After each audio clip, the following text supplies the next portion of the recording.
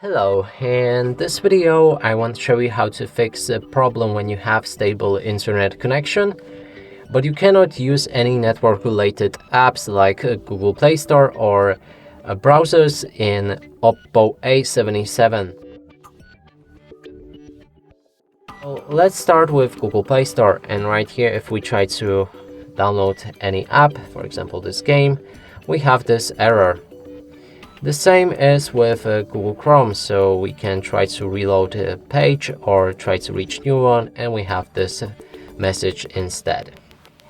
And to fix both of the issues, we'll need to go to our settings. Right here, locate additional settings, go for date and time, and enable to set time automatically. If you go back to your Google Play Store and try again, it should work fine. And the same is with a browser, so you can try to refresh a page or try to reach new one, and it works fine. And that's it for this video. Hope you like it. Please consider subscribing to our channel, leave a like and a comment below.